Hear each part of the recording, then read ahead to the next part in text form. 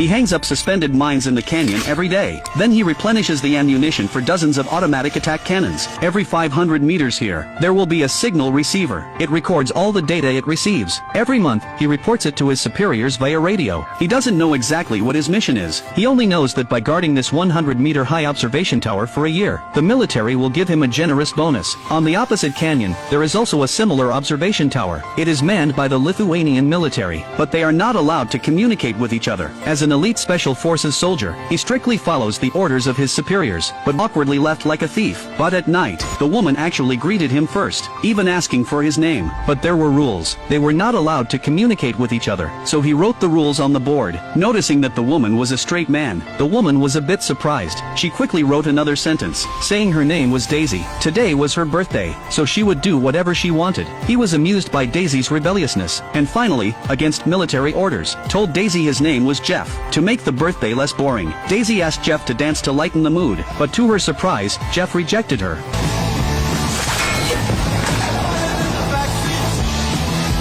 The sudden gunshot shocked Jeff terribly, but to save face, he also picked up a gun.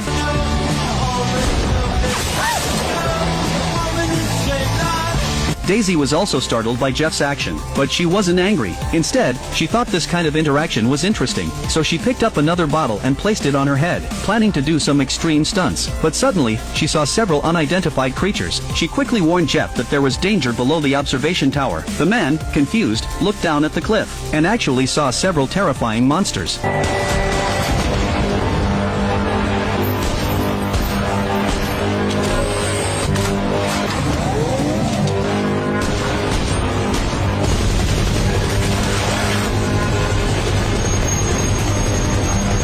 After a barrage of fire, they successfully repelled the danger beneath Jeff's observation tower. But Daisy here also fell into a perilous situation. Along with their gunfire, they started an endless killing spree. As time ticked by, the danger slowly began to subside. Injured, Daisy finally collapsed exhausted. A few hours later, she woke up. She first treated her wounds briefly, then noticed Jeff had been guarding her with a sniper rifle. This deeply touched her.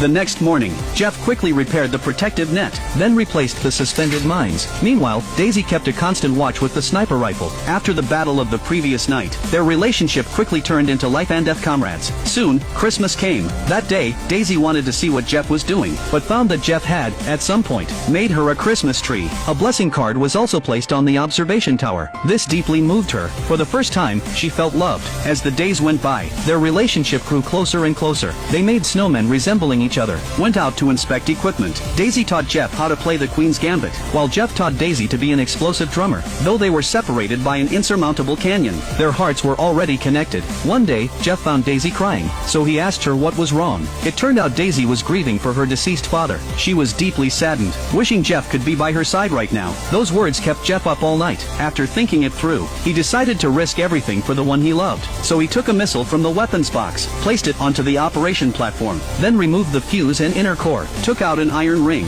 attached a steel fork, then tied a steel wire rope. When everything was ready, he took the missile to the edge of the cliff. Daisy immediately understood what Jeff was about to do.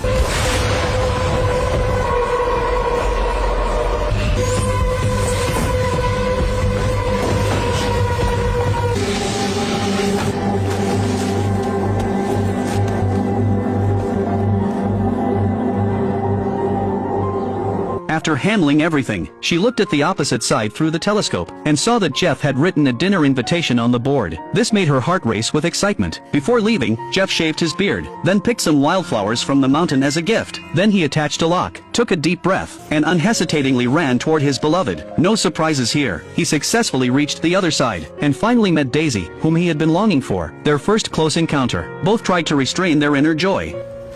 You're staring. Sorry. It's, Yes?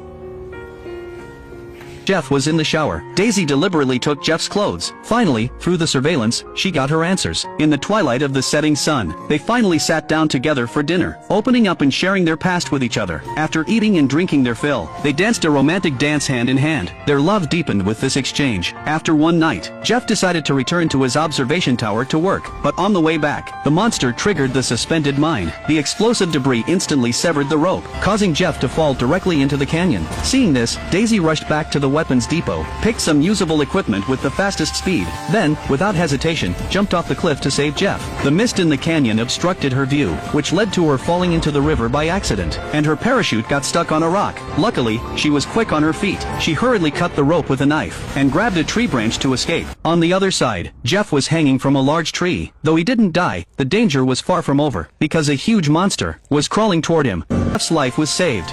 You came for me. Like you wouldn't do the same.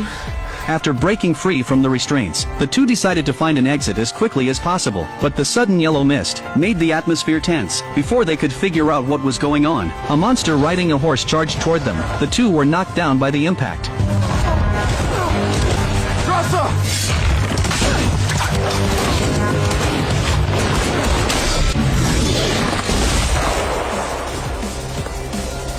After the crisis was averted, they finally had the chance to see the true form of the monster up close, but neither of them expected. The monster was wearing an American military uniform from the last century. Could these monsters be mutated soldiers from World War II? But now was not the time to think about that. Leaving this place was the most important thing. However, when they stepped out of the yellow mist, they were met with blue mist. The terrifying sight sent chills down their spines. All the trees here had fused with human skeletons. Each corpse seemed to exist between life and death. As they ventured deeper, the two arrived at an abandoned town. There were huge cracks in the ground, and the buildings were covered with vine-like plants. Occasionally, they heard wailing sounds. It was clear that this place was filled with danger. For safety, they hid in a church. But the scene inside was even more terrifying. The seats were filled with human remains, but they were different from the monsters. After checking, Jeff was horrified to discover that these people had all died from poison. The two were puzzled. What kind of disaster could have caused them to end their lives in such a way? Just as they were wondering, a group of human-headed spiders rushed toward them. Luckily, the two cooperated seamlessly,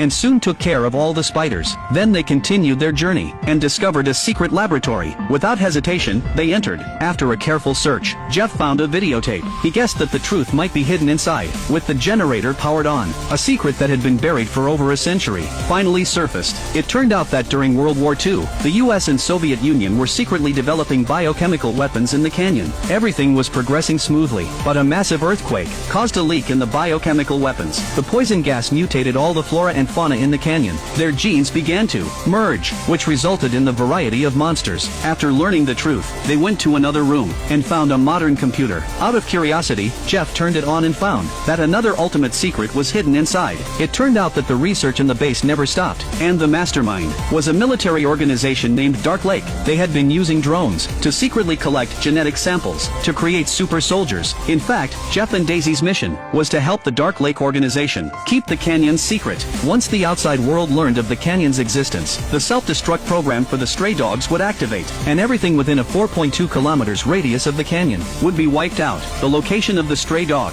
had a device that could help them escape, to leave as quickly as possible. The two wasted no time and rushed there, and this place was also the source of the poison gas leak. The ground was covered with monstrous creatures resembling nerve networks. Their neurons intertwined. Each nerve had a human face. The terrifying scene looked like hell. Just as they were about to reach the exit, Jeff accidentally stepped on a monster's tentacle, which though this temporarily repelled the monsters, they lost their life-saving vehicle. From here on out, they would have to rely on their hands to climb. Fortunately, with their persistent efforts, they finally managed to climb to the ground, but before they could rest, their female superior suddenly contacted Jeff via radio. Jeff quickly lied, claiming everything was normal, but he didn't know that his female superior had already captured their image on the computer when it was turned on. The next day, they buried the wires, and decided to destroy the entire canyon. But suddenly, a helicopter dog self-destruct program was successfully activated. By the time the female superior realized, it was already too late. At this point, saving her own life was the priority. On the other side, Daisy had already escaped the safety zone, but Jeff, still injured, remained in the danger zone. Whether he could escape now depended on fate. With a massive mushroom cloud rising, the entire canyon was leveled to the ground in an instant.